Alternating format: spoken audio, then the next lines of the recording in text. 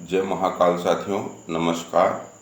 मैं नारायण प्रसाद पाली, तखतपुर, जिला बिलासपुर, छत्तीसगढ़ से। साथियों, छत्तीसगढ़ में निवास करने वाले सभी समाज, चाहे वह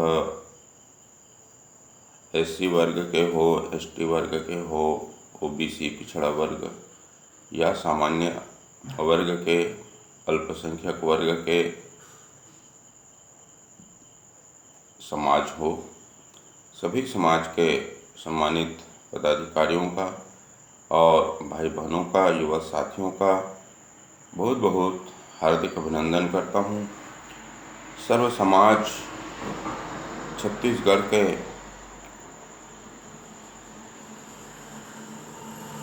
सर्वांगीण विकास हेतु आज इस परिचर्चा में, चर्चा में, निवेदन में आप सभी जो समाज के गणमान्य पदाधिकारी हैं और उनके सहायक साथी हैं, साथ ही समाज के जागरूक अधिकारी, कर्मचारी, व्यापारी, किसान, युवा साथी, महिला साथी, सभी जो हैं माननीय साथीगण, सामाजिक महासभा का दौर चल रहा है छत्तीसगढ़ के सभी समाज में। आए दिन पेपरों में और विभिन्न सोशल मीडिया के माध्यम से जानकारियां प्राप्त हो रही है कि छत्तीसगढ़ के विभिन्न समाजों में वार्षिक महासभा, सामाजिक पदाधिकारियों का चुनाव जैसे महत्वपूर्ण कार्य सोशल मीडिया में छाए हुए हैं। चाहे वो साहू समाज का हो, चाहे श्रीवास समाज का हो, चाहे यादव समाज का हो, चाहे देवांगन समाज का हो, सभी समाज में लगभग एक ही प्रक्रिया है कि वर्ष में महासभा का आयोजन होना, सामाजिक संगठन का निर्वाचन होना, चुनाव होना।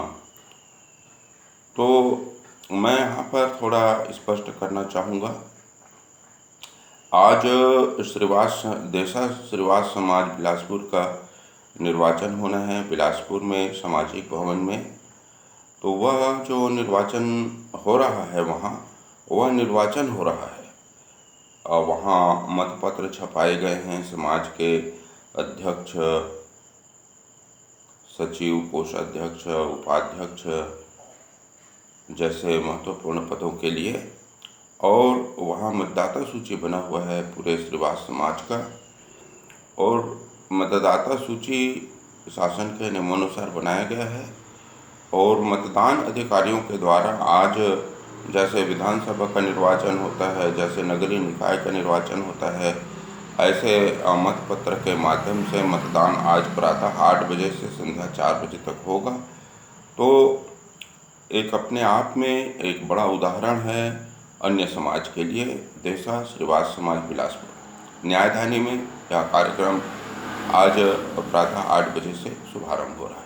तो मैं देसा श्रीवास समाज के सभी भाई बहनों को, सभी निवर्तमान पदाधिकारियों को और आज जो चयनित होने वाले हैं भावी पदाधिकारियों को बहुत बहुत शुभकामना, मंगल कामना संप्रेषित करता हूँ और आप सबके प्रार्थना करता हूँ कि समाज के सर्वांगीण विकास के लिए निरंतर काम करते रहें। साथियों,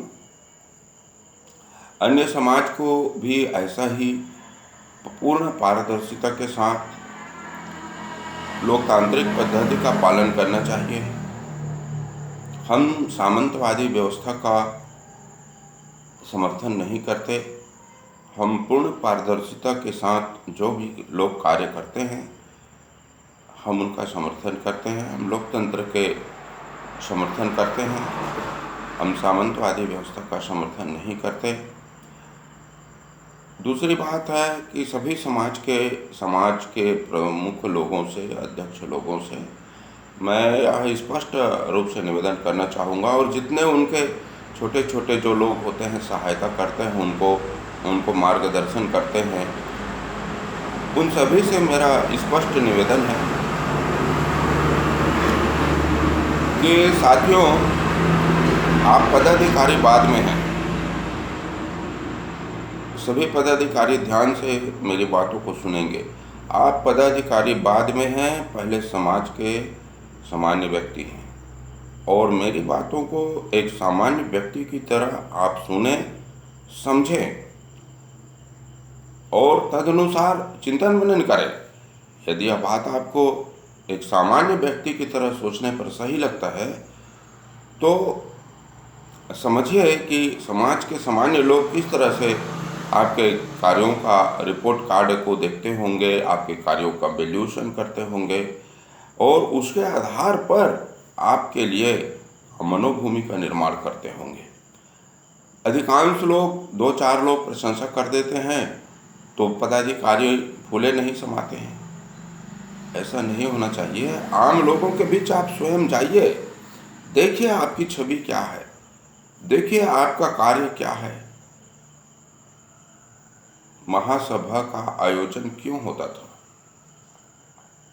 आदिकाल से, जब से हमारे पूर्वज है, महासभा का आयोजन इसलिए होता था कि महासभा में पेंडिंग समस्याओं का हम निराकरण कर सकें, समाज के लिए कुछ नियम बना सकें, समाज के कुछ नियम जो बने हैं जिसकी ज़रूरत नहीं है उसको हम विलोपित कर सकें।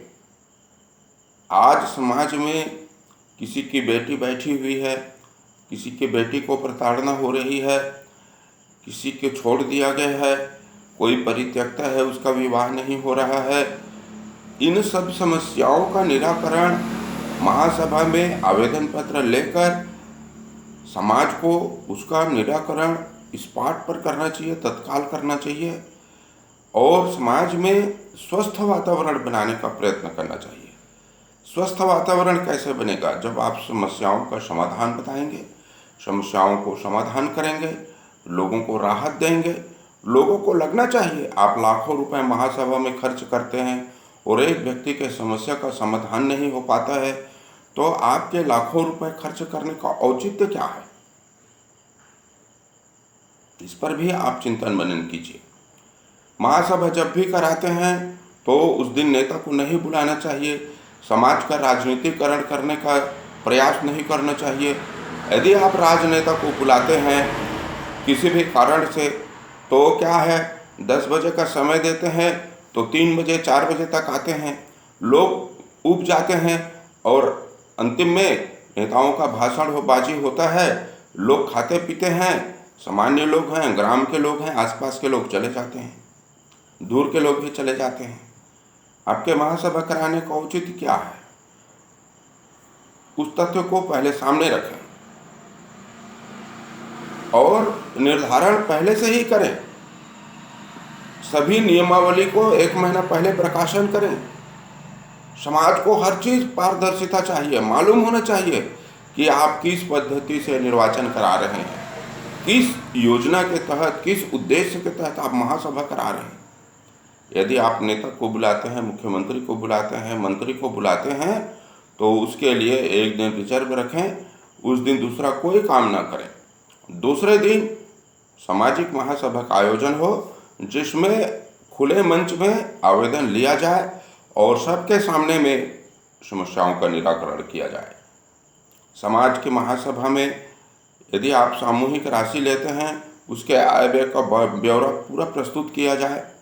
आखिरी दिन में 2-4 दिन बाद पहले से आप कार्य योजना बनाकर रखिए कि यदि आपके पास 2 लाख 3 लाख खर्च करना है तो टेंट में कितना खर्चा होगा, भोजन में कितना खर्चा होगा, व्यवस्था में कितना खर्चा होगा, प्रचार में कितना खर्चा होगा। सारी चीज़ व्यवस्थित होनी चाहिए। अंडरग्राउंड काम करेंगे, कोई उसका वैल्यू नहीं है। आज सारे लोग के पास डिजिटल पेमेंट का ज़माना है। आप जो भी पैसा आता है, खाते को खाता नंबर दीजिए, लोग अपना अनुदान राशि खाते में डालेंगे और आपका कोषाध्यक्ष है चेक से पेमेंट करेगा। ये एक परंपरा को आधुनिकीकरण के माध्यम से, आप पूरी पारदर्शिता के माध्यम से यदि आप अपने समाज में काम करेंगे, साथियों, आपका समाज नंबर 1 का प्रामाणिक समाज बनेगा। और लोग गर्व से कहेंगे कि हमारे समाज में इस तरह की प्रामाणिक व्यवस्था है। आज आप काम बहुत अच्छा करते हैं, लेकिन आपके पास 10 रुपए का सामान लाते हैं, उसका कोई बिल नहीं है, कोई आप कैश बुक मेंटेन नहीं कर रहे हैं, मान लीजिए, तो फिर वो प्रामाणिक कार्य नहीं माना जाएगा। आत्मसंतुष्टि हो सकती है, हमने इतना बड़ा काम कर दिया, हमने इतने लोगों को भोजन करा दिया, हमने इतने लोगों को आमंत्रित किया। बड़े बड़े अखबारों में आपके पोस्टर से छप सकते हैं, बैनर छप सकते हैं, सोशल मीडिया में आप वायरल हो सकते हैं, लेकिन समाज को क्या मिला? समाज के यदि एक व्यक्ति को भी लाभ मिलता है तो आपका आयोजन सफल होता है। लाभ का मतलब जिनकी समस्याएं वर्षों से पेंडिंग है, उन समस्याओं का आप निराकरण कर पाने में सक्षम हैं या नहीं है।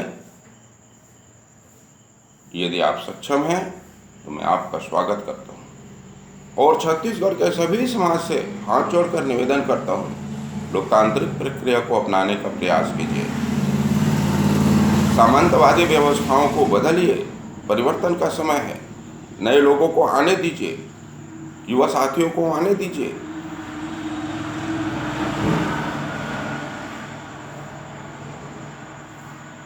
यही आज मैं निवेदन करने के लिए उपस्थित हुआ हूँ। और जो भी समाज छत्तीसगढ़ में है, चाहे वो किसी भी वर्ग से हों, किसी भी अल्पसंख्यक वर्ग से हों, सभी समाज को संवैधानिक नियमों के अनुसार अपने समाज के संगठन को चलाना चाहिए। पूरी पारदर्शिता समाज के सामने रखनी चाहिए और समाज के सबसे अंतिम व्यक्ति, जो गरीब व्यक्ति है, जो महिलाएं हैं, जो पीड़ित व्यक्ति हैं, उनके लिए योजना बनाना चाहिए, उनके लिए काम करना चाहिए। यदि आप ऐसा करते हैं तो आपका महासभा कराना 100% सफल है, 100% से ज़्यादा सफल है। यदि आप अपने समाज की ओर से सामूहिक कन्या विवाह कराते हैं, 51 का, 25 का, 24 का, 108 का, तो आपका महासभा कराना सफल है। यदि आप निर्धन बच्चों को पढ़ाई के लिए उनके खाते में पैसा ट्रांसफ़र करते हैं, तो युवकों का, विद्यार्थियों का सबसे बड़ा सम्मान है। एक सम्मान वो भी होता है कि हम प्रशस्ति पत्र देकर सम्मान करते हैं, लेकिन उससे भी बड़ा सम्मान युवाओं का, बेटियों का, बच्चों का यह है कि आप उनके फीस की व्यवस्था करें। कोई उच्च शिक्षा में जाना चाहता है तो उसके लिए आप कोचिंग की व्यवस्था करें। क्या आप ऐसा कर सकते हैं? यदि करते हैं तो ये सबसे बड़ा युवाओं का सम्मान होगा। आज जिसकी बेटी घर में बैठी हुई है अपने बच्चे के साथ, उसके बच्चे का शिक्षा, दीक्षा, स्वास्थ्य और उसकी सुरक्षा नहीं हो पा रही है, आपके पास उनके लिए क्या योजना है? महिला उत्थान के लिए महिलाओं के ऊपर प्रताड़ना हो रहा है, कई लोग मर जाते हैं, कई लोग घरेलू हिंसा का शिकार हो रही हैं। उसके लिए आपके पास समाज में क्या योजना है? उसकी रोकथाम के लिए आप क्या कर सकते हैं?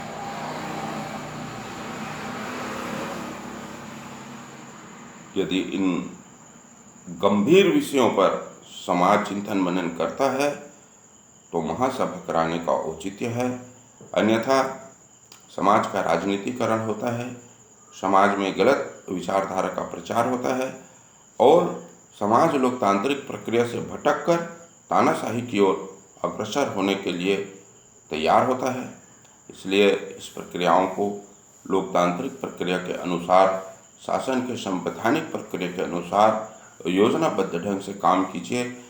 कोई अध्यक्ष है, वो अध्यक्ष बार बार बनना चाहता है तो स्वागत है, वो एक बार नहीं 10 बार अध्यक्ष बने, लेकिन आप चुनाव करवाइए, मतपत्र के माध्यम से चुनाव जीतकर आप आइए और समाज का संचालन कीजिए। सर्वसम्मति के नाम पर कुछ लोगों के द्वारा पदाधिकारियों का चयन किया जाता है और उसको हजारों व्यक्तियों के ऊपर में थोप दिया जाता है। इससे समाज का कोई विकास नहीं होता और हम ऐसे सामंतवादी व्यवस्था को डिसएग्री करते हैं। सामाजिक व्यवस्थाओं को लोकतांत्रिक परंपरा से चलाने का प्रयत्न यदि आप करते हैं तो आप साधुवाद के पात्र हैं। हम आपका अभिनंदन करते हैं। धन्यवाद। मैं नारायण प्रसाद पाली, तखतपुर, जिला बिलासपुर, छत्तीसगढ़ से। ओम शांति।